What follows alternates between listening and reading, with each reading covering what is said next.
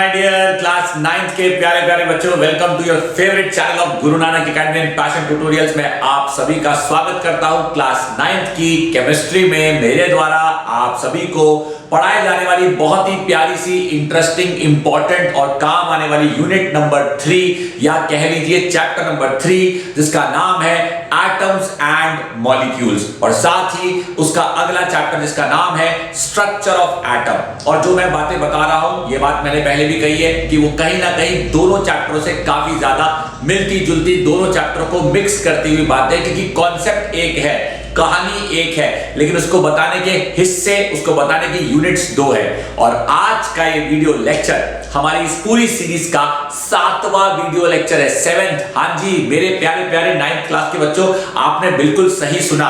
खास करके वो सभी बच्चे जो आज इस वीडियो लेक्चर में पहली बार पहुंचे हैं। कहने का मतलब ये कि अगर आप में से कोई बच्चा आज का वीडियो लेक्चर पहली बार देख रहा है, तो मैं बताना चाहूंगा कि इससे पहले 6 वीडियो लेक्चर्स यानी 6 वीडियो लेक्चर्स आ चुके हैं, और आज का वीडियो लेक्चर इससे पहले वाले वीडियो लेक्चर का कंटिन्यूड वर्जन है। इसलिए आज के वीडियो लेक्चर में समझाने वाली बातें मेरे द्वारा आपको तब समझ आएंगी जब आपने इससे पहले वाला वीडियो लेक्चर देखा हो। तो अगर आप में से किसी बच्चे ने इससे पहले के कॉन्सेप्ट को, या आप कह सकते हैं कि एक एटम दूसरे एटम से कैसे कंबाइन करता है, इसके पीछे छुपे हुए राज को, या आप कह सकते हैं कि स्टेबिलिटी का मतलब क्या होता है, ऑक्टेट रूल का मतलब क्या होता है, अगर ये सारी बातों को अभी तक आप में से किसी बच्चे ने नहीं समझा है, तो फिर आज के वीडियो लेक्चर में कुछ समझ नहीं आएगा। इसलिए आज के वीडियो लेक्चर को अच्छे से समझने के लिए एक बार डिस्क्रिप्शन में जाइए, इससे पहले वाले वीडियो लेक्चर को जरूर देखिए और फिर लौट के आइए। तो चलिए बच्चों,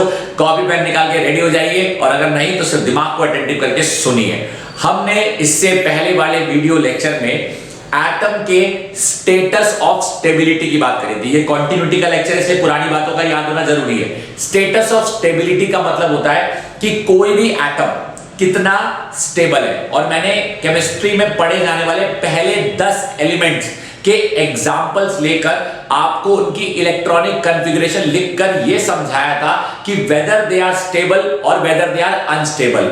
और उनकी स्टेबिलिटी को पहचानने के लिए मैंने यह बताया था कि अगर किसी एटम के आउटर मोस्ट शेल में 8 इलेक्ट्रॉन है तो वो स्टेबल है, और अगर किसी एटम के आउटर मोस्ट शेल में 8 इलेक्ट्रॉन नहीं है तो वो स्टेबल नहीं है। और 8 इलेक्ट्रॉन होना भी हमेशा जरूरी नहीं है, क्योंकि कुछ एलिमेंट्स ऐसे भी होते हैं जो बिना 8 इलेक्ट्रॉन के ही स्टेबिलिटी प्राप्त कर लेते हैं, comma exceptions are always there, मैं अच्छी तरह बता चुका हूं। लेकिन अगर मैं उन एलिमेंट्स की बात करूं जो स्टेबल नहीं है, तो वो स्टेबिलिटी प्राप्त करने के लिए करते क्या है? तो एलिमेंट्स स्टेबिलिटी प्राप्त करने के लिए किसी दूसरे एटम से दोस्ती करते हैं। क्यों? क्योंकि उसको उनसे दोस्ती करके बदले में कुछ ना कुछ फायदा मिल रहा होता है। तो आपको बता दूं, जैसे कि इंसान आपस में एक दूसरे से दोस्ती बनाते हैं, तो उसमें जरूर हमारा कोई ना कोई मतलब पूरा होता है। दैट डज नॉट मीन कि आप सेल्फिश हो। अगर आप किसी से दोस्ती कर रहे हो तो आप उससे दोस्ती कर रहे हो, उसमें जरूर आपका कोई मतलब पूरा हो रहा है, लेकिन इसका मतलब ये नहीं कि आप सेल्फिश हो। भाई हो, आप किसी से दोस्ती इसलिए कर रहे हो क्योंकि आपको किसी दूसरे व्यक्ति का व्यवहार अच्छा लगता है। अगर किसी का बिहेवियर आपको अच्छा नहीं लगता तो आप उससे दोस्ती नहीं करोगे। मतलब यही ना कि आपकी कंडीशन ये है कि भाई व्यवहार अच्छा होना चाहिए, तेरा बात करने का तरीका अच्छा होना चाहिए, तू गुड पर्सनालिटी वाला इंसान होना चाहिए, तो मैं तुझसे बातें करूंगा। तो कंडीशंस है। ठीक उसी प्रकार केमिस्ट्री की दुनिया में एक एटम जब दूसरे एटम से दोस्ती करता है तो वो कंडीशन पे करता है। क्या कंडीशन है? कि भाई तुझसे दोस्ती करके मुझे फायदा होना चाहिए। याद करो, वीडियो लेक्चर नंबर 6 खत्म होते होते मैंने आपको सोडियम और क्लोरीन के बीच की दोस्ती के बारे में बताया था, और मैंने आपको बताया था कि जब भी कोई एटम किसी दूसरे एटम से दोस्ती करता है, सुन लीजिए मैं यहां पे लिख रहा हूं, तो हमारा टॉपिक है जो कि मुझे लिखना चाहिए, दोस्ती बिटवीन एटम्स। मैं यहां पे लिख रहा हूं दोस्ती बिटवीन एटम्स। दोस्ती बिटवीन एटम्स कह लीजिए, या दोस्ती बिटवीन एलिमेंट्स कह लीजिए। और जब भी एटम और एलिमेंट्स के बीच में दोस्ती होगी तो बनता है, या तो हम उसे कहते हैं मॉलिक्यूल, या फिर हम उसे कहते हैं कंपाउंड। यानी जो बन रहा है उसे या तो आप नाम दे दीजिए मॉलिक्यूल, या जो बन रहा है उसे आप नाम दे दीजिए कंपाउंड। अब कैसे बन रहा है दोस्ती बिटवीन एटम्स एंड एलिमेंट? तो दोस्ती की कंडीशन क्या है? What is the condition of दोस्ती? What is the condition of दोस्ती? दो एलिमेंट्स आपस में दोस्ती क्यों कर रहे हैं? दोस्ती को केमिस्ट्री में नाम दिया गया है केमिकल बॉन्ड, यानी दो एटम्स के बीच में केमिकल बॉन्ड क्यों बनता है? तो आंसर है केमिकल बॉन्ड इसलिए बनता है, I repeat my sentence, chemical bond इसलिए बनता है क्योंकि कंबाइन करने वाले, सुनना ध्यान से, बहुत प्यारी बात है, क्योंकि कंबाइन करने वाले एटम्स को स्टेबिलिटी प्राप्त करने का मौका मिलता है, क्योंकि कंबाइन करने वाले एटम्स को स्टेबिलिटी प्राप्त करने का मौका मिलता है, यानी उन्हें मौका मिल जाता है कि उनकी स्टेबिलिटी उन्हें प्राप्त हो जाए। यहां स्टेबिलिटी प्राप्त करने का मतलब है आउटर मोस्ट शेल में, ये बात मैं बार बार बता चुका हूं और ये बात सबसे ज्यादा इंपॉर्टेंट है। स्टेबिलिटी का मतलब है आउटर मोस्ट शेल में कितने इलेक्ट्रॉन होने चाहिए? आउटर मोस्ट शेल में 8 इलेक्ट्रॉन होने चाहिए। तो अगर किसी एटम के आउटर मोस्ट शेल में 8 इलेक्ट्रॉन है तो इसका मतलब आप समझो कि उसका स्टेबिलिटी का क्राइटेरिया फुलफिल हो रहा है। तो कंडीशन ऑफ दोस्ती है केमिकल बॉन्ड, यानी केमिकल बॉन्ड इसलिए बनता है क्योंकि कंबाइन करने वाले एटम्स को स्टेबिलिटी प्राप्त करने का मौका मिलता है, that is outer most shell में 8 इलेक्ट्रॉन होने चाहिए। Conditions apply, exceptions are always there. सुन लीजिए मेरी बात, ऐसा सबके साथ हो ये जरूरी नहीं है, एक्सेप्शंस आर ऑलवेज देयर। इसी चीज को एक एग्जांपल से समझते हैं। मैंने इससे पहले वाले एग्जांपल में, यानी इससे पहले वाली क्लास में, इससे पहले वाले लेक्चर में समझाया था एग्जांपल, किस चीज का एग्जांपल लिया था मैंने? दोस्ती बिटवीन सोडियम का एटम एंड क्लोरीन का एटम। सोडियम का एटम और क्लोरीन का एटम जब कंबाइन करते हैं तो उनकी दोस्ती कैसे होती है? तो ये सोडियम का एटम है, सुनना ध्यान से, ये सोडियम का एटम है। इस सोडियम के एटम के पास 11 प्रोटॉन है और इसके पास 11 इलेक्ट्रॉन है, यानी इसके K में 2 है, इसके L में 8 है, इसके M में 1 है। और मैं यहां पे लिख रहा हूं, मेरी बात बहुत ध्यान से सुनना प्यारे प्यारे क्लास 9 के बच्चों, क्योंकि आउटर मोस्ट शेल में 8 इलेक्ट्रॉन नहीं है, इसलिए सोडियम अनस्टेबल है, and it will try to lose 1 electron. अब जानते हो, अगर आप ये सारी बातें सुन रहे हो तो आपको बहुत अच्छे से समझ आ रही है। अब जानते हो एक बच्चा क्या बोला? एक बच्चा फट से बोला कि सर ठीक है, मान गए आपकी बात कि सोडियम एक एटम है, ठीक है, आपने कहा सोडियम में 11 प्रोटॉन है, हम मान गए। सोडियम के पास 11 इलेक्ट्रॉन है, हम ये भी मान गए, और उसकी इलेक्ट्रॉनिक कॉन्फ़िगरेशन आपने लिखी K में 2, L में 8, M में 1, ये भी हम मान गए। फिर आप कह रहे हो कि सोडियम अनस्टेबल है क्योंकि उसके आउटर मोस्ट शेल में 8 इलेक्ट्रॉन है, हम ये भी मान गए। फिर आपने कहा कि उसे स्टेबिलिटी के लिए वो 1 इलेक्ट्रॉन लूज करेगा। सर ऐसा क्यों? साथ वो गेन नहीं कर सकता? ये बात भी मैं आपको पहले बता चुका हूं, क्या कि कोई भी एटम 4 से ज्यादा लेता नहीं और 4 से ज्यादा देता नहीं, comma, exceptions are always there. फिलहाल मैं एक्सेप्शंस नहीं पढ़ा रहा हूं, ना हम एक्सेप्शंस की बात कर रहे हैं, लेकिन अब एक बेसिक कानून लेके चल रहे हैं ऑक्टेट रूल का, कि 8 इलेक्ट्रॉन की पूर्ति करने के लिए कोई भी एटम किसी दूसरे एटम से इलेक्ट्रॉन या तो गेन करेगा या किसी दूसरे एटम को अपना इलेक्ट्रॉन लूज करेगा, यानी 4 से ज्यादा कोई देता नहीं और 4 से ज्यादा कोई लेता नहीं। इसलिए सोडियम यहां पे 7 इलेक्ट्रॉन मांगने की बजाय 1 इलेक्ट्रॉन देना प्रेफर करेगा। लेकिन उससे होगा क्या? उससे होगा ये कि जैसे ही सोडियम अपना 1 इलेक्ट्रॉन गवाएगा, उसके 1 इलेक्ट्रॉन गवाते ही उसका आउटर मोस्ट शेल L बन जाएगा और L में बन जाएंगे 8 इलेक्ट्रॉन, और उसके आउटर मोस्ट शेल में 8 इलेक्ट्रॉन बनते ही सोडियम स्टेबल हो जाएगा। लेकिन जानते हो, जब सोडियम अपना 1 इलेक्ट्रॉन गवाएगा तो सोडियम में क्या बदलाव आएगा? एक बच्चा बोलता है क्या बदलाव आएगा? सोडियम पहले भी सोडियम था, सोडियम अभी भी सोडियम है, सोडियम बाद में भी सोडियम रह जाएगा। ऐसा नहीं है बच्चों, सोडियम जब 1 इलेक्ट्रॉन गवाएगा तो सोडियम में बदलाव आया। क्या बदलाव आया? देखो, यह है सोडियम का एटम। अब मैं यहां पे लिख रहा हूं जब सोडियम इलेक्ट्रॉन गवाता है, जब सोडियम इलेक्ट्रॉन गवाता है तब प्रोटॉन तो 11 रहते हैं, सुनना मेरी बात, तब प्रोटॉन तो 11 रहते हैं लेकिन इलेक्ट्रॉन 10 हो जाते हैं। क्यों? क्योंकि ये चला गया, जो यहां पे ये 1 था ये चला गया। जब ये चला जाएगा तो सोडियम के पास केवल 10 ही इलेक्ट्रॉन रह जाएंगे। अब आपने इलेक्ट्रॉन का लॉस कराया है। भाई प्रोटॉन किसी एटम में ना कभी जाता है ना कभी आता है। एक बच्चा बोला ऐसा क्यों, प्रोटॉन आ जा नहीं सकता? नो बच्चों, प्रोटॉन न्यूक्लियस में था, प्रोटॉन न्यूक्लियस में है, प्रोटॉन न्यूक्लियस में रहता है। प्रोटॉन एटम से बाहर नहीं जाता, प्रोटॉन कहीं से बाहर से अंदर नहीं आता।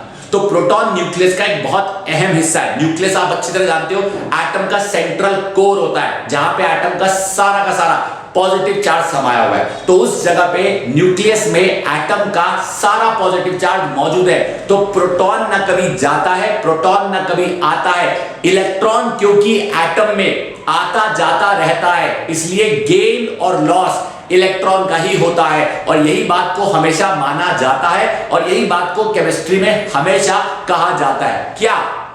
कि electrons are present in the shells around the nucleus. क्योंकि इलेक्ट्रॉन्स एटम में शेल्स में मौजूद होते हैं तो उन्हीं शेल्स में से इलेक्ट्रॉन जाता भी है और उन्हीं शेल्स में इलेक्ट्रॉन आता भी है। एक बच्चा बोला मतलब आप कहना चाहते हो कि कहीं ना कहीं जो इलेक्ट्रॉन्स हैं वो एटम में लूजली बाउंडेड होते हैं। लूजली बाउंडेड मतलब कि उनके ऊपर जो पकड़ होती है, एटम की जो पकड़ है वो मजबूत नहीं होती। ये मत कहो कि एटम की पकड़ मजबूत नहीं होती, लेकिन हाँ ये जरूर कह सकते हो कि इलेक्ट्रॉन्स आजाद होते हैं आने और जाने के लिए, लेकिन प्रोटॉन्स आने और जाने के लिए आजाद नहीं होते।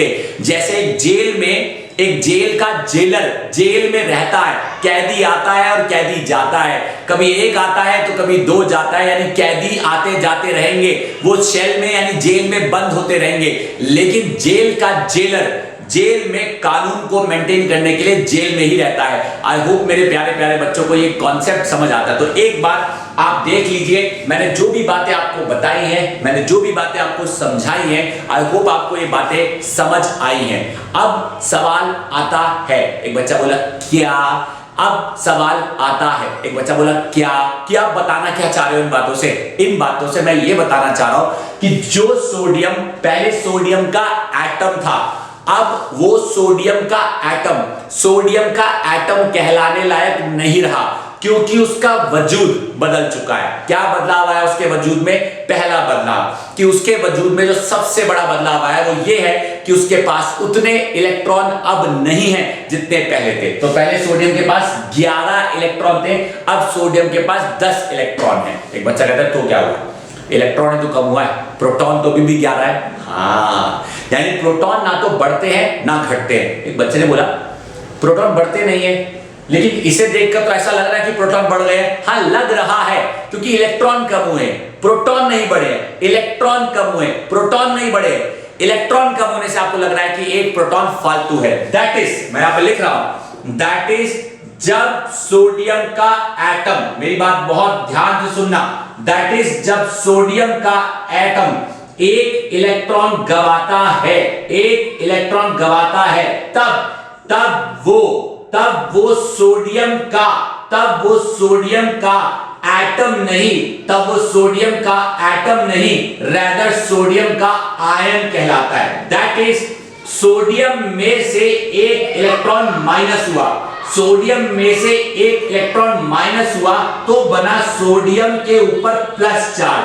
अब ये जो सोडियम के ऊपर प्लस चार्ज आया, ये प्लस इस बात का सबूत है कि एक इलेक्ट्रॉन कम हुआ है, इसलिए एक प्रोटॉन फालतू है। ये प्लस इस बात का सबूत है कि एक इलेक्ट्रॉन कम हुआ है, इसलिए एक प्लस आया। एक बच्चा बोला अच्छा, अगर 2 इलेक्ट्रॉन कम होते तो क्या 2 प्लस आता? जी हाँ मेरे प्यारे प्यारे बच्चों, अगर 2 इलेक्ट्रॉन कम होते तो 2 प्लस आता। एक बार अच्छे से घूर लीजिए इस बात को, जो मैंने बोर्ड पे लिखा है उस पे दीजिए पूरा ध्यान, ताकि ना हो आप जरा भी परेशान। अब अगर आपको ये समझ आ रही है बात कि कैसे यहाँ पे सोडियम के एटम ने इलेक्ट्रॉन गवाकर सोडियम का आयन बनाया है। अब आयन भी कौन सा? एक आयन ऐसा जिसके ऊपर पॉजिटिव चार्ज आया। अब मेरी बात ध्यान से सुनो, मैंने आपको कहा कि मैं आपको ये बता रहा हूं कि क्या हो रहा है, लेकिन आपको ये भी जानना है कि जो हो रहा है वो कैसे हो रहा है। तो आपकी जानकारी के लिए बता दूं कि कोई भी एटम खुद को स्टेबल बनाने के लिए या तो इलेक्ट्रॉन पाएगा या फिर इलेक्ट्रॉन गवाएगा। तो किसी भी एटम का इलेक्ट्रॉन पाना या किसी भी एटम का इलेक्ट्रॉन गवाना, सुन लो ध्यान से, किसी भी एटम का इलेक्ट्रॉन पाना या किसी भी एटम का इलेक्ट्रॉन गवाना का जो प्रोसेस है वो बहुत सिंपल है, लेकिन वो जरूरत पे डिपेंड करता है कि एटम को स्टेबिलिटी के लिए इलेक्ट्रॉन गेन करने हैं या इलेक्ट्रॉन लूज करने हैं। जैसे कि सोडियम की अगर मैं बात करूं तो सोडियम के आउटर मोस्ट शेल में K में 2, L में 8, M में 1 है। आउटर मोस्ट शेल में M में 1 है, यानी सोडियम स्टेबल नहीं है। सोडियम चाहता है कि मेरे आउटर मोस्ट शेल में 8 इलेक्ट्रॉन आ जाए। हमने पूछा सोडियम तेरे पास 1 इलेक्ट्रॉन है, क्या तुझे लगता है कि तेरे 8 इलेक्ट्रॉन हो सकते हैं? सोडियम ने कहा हाँ, अगर मुझे 7 कोई दे दे तो 8 हो जाएंगे। फिर हमने सोडियम को कहा कि 4 से ज्यादा कोई देता नहीं, 4 से ज्यादा कोई लेता नहीं। कह रहा अच्छा, फिर एक काम करो, तुम मेरा 1 छीन लो। हमने कहा उससे क्या होगा? कह रहा जैसे ही तुम मेरा 1 छीन लोगे, मेरा आउटर मोस्ट शेल M की जगह L बन जाएगा और ऑटोमेटिकली उसमें मेरे पास 8 इलेक्ट्रॉन आ जाएंगे। हमने कहा हाँ, पॉइंट तो सही है, यानी सोडियम ने इलेक्ट्रॉन गवाया। अब जब सोडियम ने इलेक्ट्रॉन गवाया तो हो सकता है कि जब सोडियम गवा रहा है तो कोई पा भी रहा है। आपको मैंने इससे पहले वाले वीडियो लेक्चर में यही बात बताई थी कि सोडियम और क्लोरीन के बीच में सोडियम गवाता है तो क्लोरीन पाता है। अब देखो, जिस तरह से सोडियम के बारे में बताया, क्लोरीन का एटॉमिक नंबर होता है 17, K में हो गए 2, L में हो गए 8, M में हो गए 7। अब बताओ क्लोरीन स्टेबल या अनस्टेबल? साफ पता चल रहा है कि क्लोरीन अनस्टेबल है, यानी क्लोरीन के आउटर मोस्ट शेल में 7 इलेक्ट्रॉन है, 8 नहीं। यानी क्लोरीन को 8 इलेक्ट्रॉन चाहिए और 1 इलेक्ट्रॉन की जरूरत है। कहीं ना कहीं से तो आ ही जाएगा, आ जाएगा। ऑब्वियस सी बात है सर, आ रहा है, कोई दे रहा है। कौन दे रहा है? सोडियम दे रहा है। कितने इलेक्ट्रॉन दे रहा है? 1 इलेक्ट्रॉन दे रहा है। तो कौन गवा रहा है? सोडियम गवा रहा है। कौन पा रहा है? क्लोरीन पा रहा है। तो वजूद बदल रहा है। किसका बदल रहा है? दोनों का बदल रहा है। सोडियम कहता है मैं सोडियम नहीं रहूंगा, क्लोरीन कहता है मैं भी कहा क्लोरीन रहूंगा।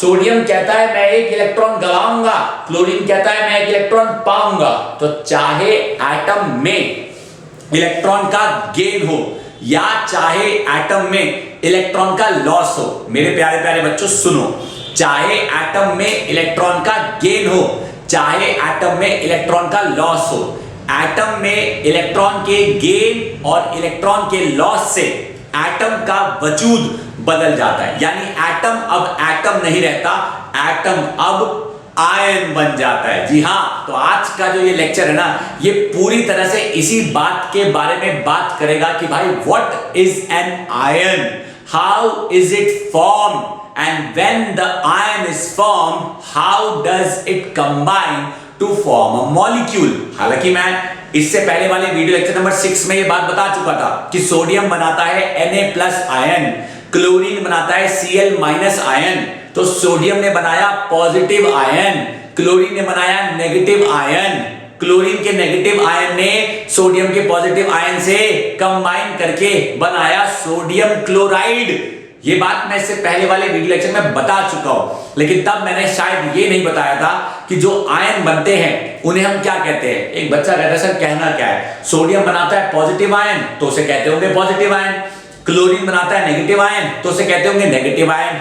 नहीं, पॉजिटिव आयन नेगेटिव आयन तो बड़े सिंपल वर्ड है इंग्लिश के, लेकिन केमिस्ट्री की भाषा में उस पॉजिटिव आयन को एक नाम दिया जाता है और केमिस्ट्री की भाषा में उस नेगेटिव आयन को भी एक नाम दिया जाता है। क्या कहा जाता है? चलिए इसी बात को समझते हैं। इस वीडियो के इस हिस्से की शुरुआत करते हैं। That what is an ion and how many types of ion are there and explain in detail the formation of ion। तो मेरे प्यारे प्यारे बच्चों, चलिए मैं आपको इस वीडियो के उस हिस्से की ओर ले चलता हूं जिस हिस्से में मैं आपको यह समझाने जा रहा हूं कि क्या होता है आयन, कितने प्रकार के होते हैं आयन और कैसे बनता है आयन। दीजिएगा आप पूरा अटेंशन ताकि ना हो किसी बच्चे को जरा सी भी कोई भी टेंशन। तो चलिए शुरुआत करते हैं सिलसिला। समझते हैं व्हाट इज एन एटम और जानते हैं कि कैसे बनता है एटम। तो हम समझने जा रहे हैं व्हाट इज एन आयन। अगर आपने गलती से एटम सुन लिया तो प्लीज ध्यान दीजिए, इट इज नॉट एटम। हम पढ़ने जा रहे हैं व्हाट इज एन, फिर मैंने लिखा एटम, तो मैं लिखने जा रहा हूं एटम से बनने वाला आयन। इसलिए अगर आपने सुना तो उसका मतलब अच्छे से सुनना बहुत जरूरी है। तो हम समझने जा रहे हैं what is an atom, atom से बनने वाला आयन, यानी एटम से आयन बनने का सफर कैसे होता है। So what is an ion, मेरी बात ध्यान सुनना। आयन केमिस्ट्री में उस केमिकल स्पीसीज को कहते हैं, उस केमिकल स्पीसीज को कहते हैं जिस पर कोई ना कोई चार्ज मौजूद होता है, जिस पर कोई ना कोई चार्ज मौजूद होता है। That is either a positive charge, I repeat my sentence, that is either a positive charge और अ नेगेटिव चार्ज, देयरफॉर हम कह सकते हैं कि atoms are of two types. तो हमने पहले जाना कि एटम क्या चीज है। तो भैया एटम, मैंने फिर लिख दिया कि atoms are of two types, मुझे एटम नहीं कहना चाहिए। Therefore ions are of two types. So मैं अगर बीच में मैंने एटम बोल दिया दोबारा से तो प्लीज मेरी मिस्टेक को इग्नोर करना और फोकस इसी बात पे करना कि आयन क्या चीज है। तो मैं आपको यही पढ़ा रहा हूं कि आयन क्या होता है। सो एटम से बनने वाला आयन केमिस्ट्री में उस केमिकल स्पीसीज को कहते हैं जिस पर कोई ना कोई चार्ज मौजूद होता है, that is either a positive charge और a negative charge. Therefore ions are of two types, एक जिसे हम कहते हैं पॉजिटिवली चार्ज आयन और एक जिसे कहा जाएगा नेगेटिवली चार्ज आयन। तो पॉजिटिवली चार्ज आयन को प्यारे 9th क्लास के बच्चों केमिस्ट्री की दुनिया में कहते हैं कैटायन। ये शब्द आपने अगर कहीं नहीं सुना है तो आज आपको जरूर सुनाई दे रहा होगा। और नेगेटिवली चार्ज आयन को केमिस्ट्री की दुनिया में कहते हैं एनायन। अगर ये शब्द भी आपने कहीं नहीं सुना है तो आज आपको सुनाई देगा। So what is a cation, what is a anion? Simple शब्दों में कहूंगा, कैटायन बनता है तब जब कोई एटम इलेक्ट्रॉन गंवाता है। कैटायन बनता है तब जब कोई एटम इलेक्ट्रॉन गंवाता है। दैट इज एटम -1 इलेक्ट्रॉन या कुछ इलेक्ट्रॉन फॉर्म्स एटम के ऊपर कुछ पॉजिटिव चार्ज, एटम के ऊपर कुछ पॉजिटिव चार्ज। एग्जांपल के तौर पे सोडियम का एटम एक इलेक्ट्रॉन गंवाता है तो Na+ बनाता है। मैग्नीशियम का एटम 2 इलेक्ट्रॉन गंवाता है तो Mg2+ बनाता है। हाइड्रोजन का एटम 1 इलेक्ट्रॉन गंवाता है तो H+ बनाता है। ये कुछ एग्जांपल्स हैं। ऐसे एग्जांपल्स का केमिस्ट्री की दुनिया में भंडार है। ये सिर्फ कुछ एग्जांपल्स हैं। तो मैंने कैटायन का बनना सिखाया। आओ बात करते हैं एनायन की। एनायन बनता है तब जब, जैसे यहां पे लिखा था, बनता है तब जब कोई एटम इलेक्ट्रॉन पाता है, यानी जब कोई एटम इलेक्ट्रॉन पाता है। दैट इज एटम में इलेक्ट्रॉन आएगा तो उस एटम पे जो इलेक्ट्रॉन का या कुछ इलेक्ट्रॉन, यहां पर लिखना चाहिए एटम में प्लस हुए कुछ इलेक्ट्रॉन, उतना उसके ऊपर आ जाएगा कुछ negative charge. That is chlorine एक इलेक्ट्रॉन पाता है तो Cl माइनस बनाता है। ठीक उसी प्रकार फ्लोरीन भी एक इलेक्ट्रॉन पाता है तो फ्लोरीन F माइनस बनाता है, एंड सो ऑन। यानी सारी बातों का एक सिंपल सा एग्जांपल आपको बताना चाहूंगा कि हर एक एटम या तो इलेक्ट्रॉन पाएगा या इलेक्ट्रॉन गवाएगा। अगर इलेक्ट्रॉन पाता है तो उसके ऊपर नेगेटिव चार्ज आएगा, अगर इलेक्ट्रॉन गवाता है तो उसके ऊपर पॉजिटिव चार्ज आएगा। Let us now understand this with some very important examples of at least first 10 elements of chemistry that we need to study. इस पूरी बात को मैं एक बार दोबारा समझाता हूं मेरे प्यारे प्यारे बच्चों कि पहले 10 एलिमेंट्स के द्वारा जो आयंस बनते हैं, आइए हम उनको स्टडी करते हैं। क्या बनता है और कैसे बनता है, आइए जाने कि कैसे बनता है आयन या कैसे बनते हैं आयन ऑफ फर्स्ट 10 एलिमेंट्स। पहले 10 एलिमेंट्स का हम जिक्र करते हैं मेरे प्यारे प्यारे क्लास 9 के बच्चों। सबसे पहला एलिमेंट हाइड्रोजन का एटॉमिक नंबर 1। हाइड्रोजन अनस्टेबल है। हाइड्रोजन के K में 1, L खाली, M खाली और N खाली। तो मैं यहां पे लिखूंगा हाइड्रोजन एक इलेक्ट्रॉन पाता है to complete its K shell and it forms an ion as follows। आइए जानते हैं कि हाइड्रोजन आयन कैसे बनाता है। तो हाइड्रोजन का आयन कैसे बनता है, ध्यान दीजिएगा। हाइड्रोजन एक इलेक्ट्रॉन पाता है और H माइनस बनाता है। लेकिन मैंने आपको याद करो सिखाया था कि hydrogen not just gains an electron, hydrogen में इवन लूज इलेक्ट्रॉन। तो हाइड्रोजन पॉजिटिव आयन भी बना सकता है और हाइड्रोजन नेगेटिव आयन बना सकता है।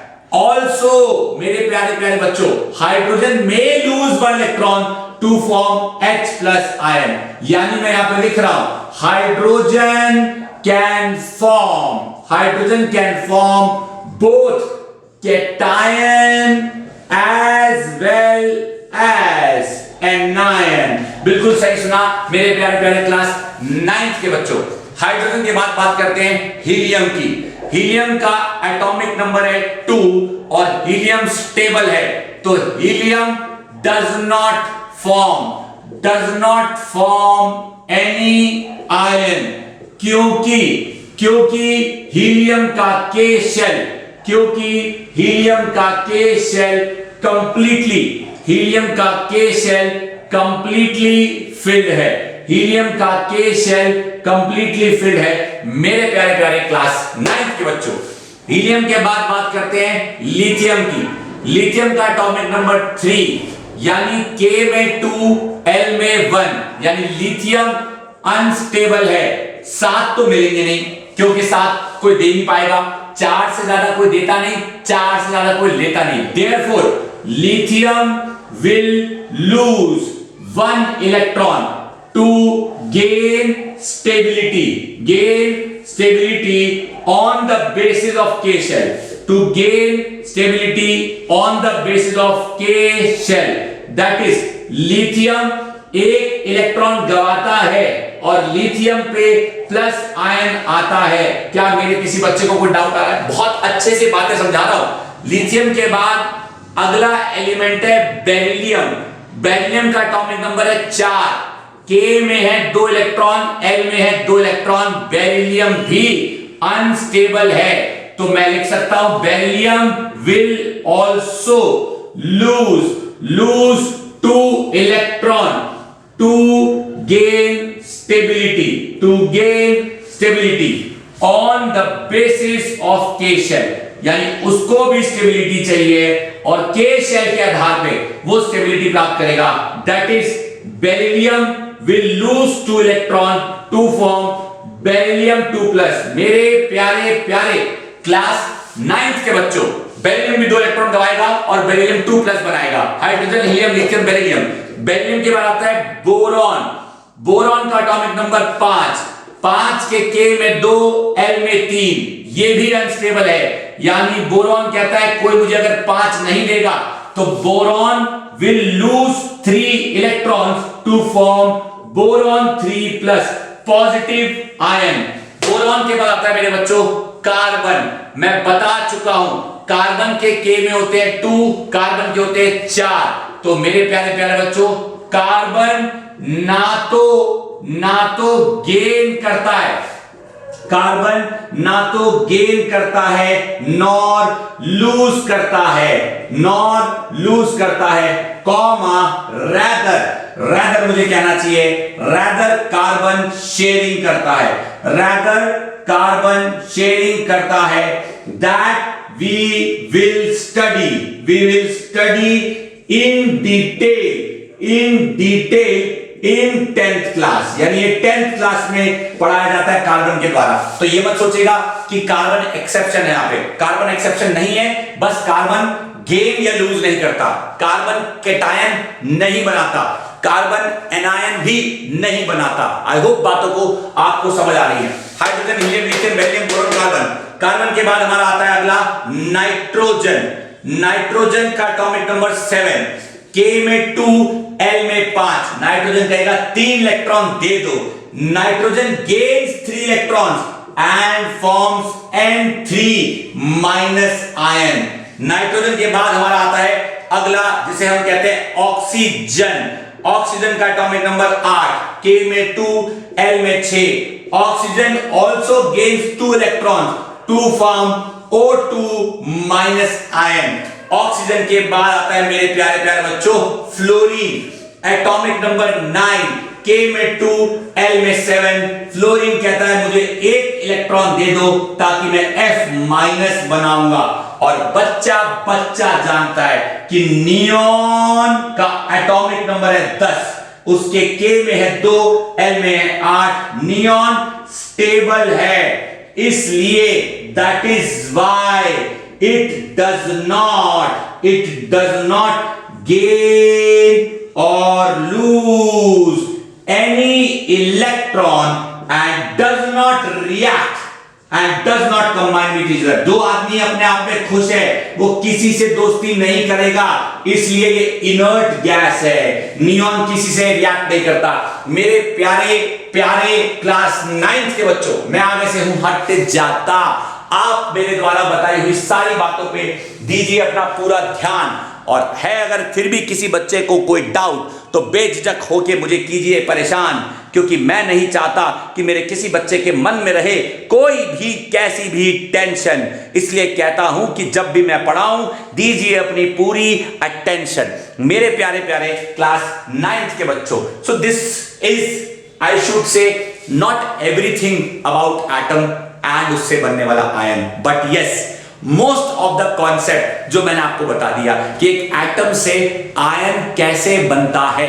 तो आज आपने सीखा कि व्हाट इज एन आयन, फिर आपने सीखा हाउ इज आयन फॉर्म्ड, फिर आपने सीखा how many types of ion are there. अब हमारा अगर कुछ बचा है तो वो ये है कि how do these ions combine and when they combine what do they form. एक बच्चा कहता है सर ये भी आप बता चुके हो, ये भी आपने Na+ को Cl- से कंबाइन करके, सोडियम प्लस को क्लोरीन माइनस से कंबाइन करके सोडियम क्लोराइड बनाना सिखाया था। लेकिन वो जो मैंने सिखाया था वो सिर्फ एक एग्जांपल है। मैं चाहता हूं कि एक कैटायन और एक एनायन के बीच में होने वाली दोस्ती को मैं थोड़ा और डिटेल में आपको अच्छे से समझाऊं, कुछ ज्यादा एग्जांपल्स देकर। तो मेरे प्यारे प्यारे बच्चों, इस बात को मैं कंटिन्यू करूंगा मेरे अगले वीडियो लेक्चर में, जिसमें मैं आपको सिखाऊंगा फॉर्मेशन ऑफ मॉलिक्यूल्स।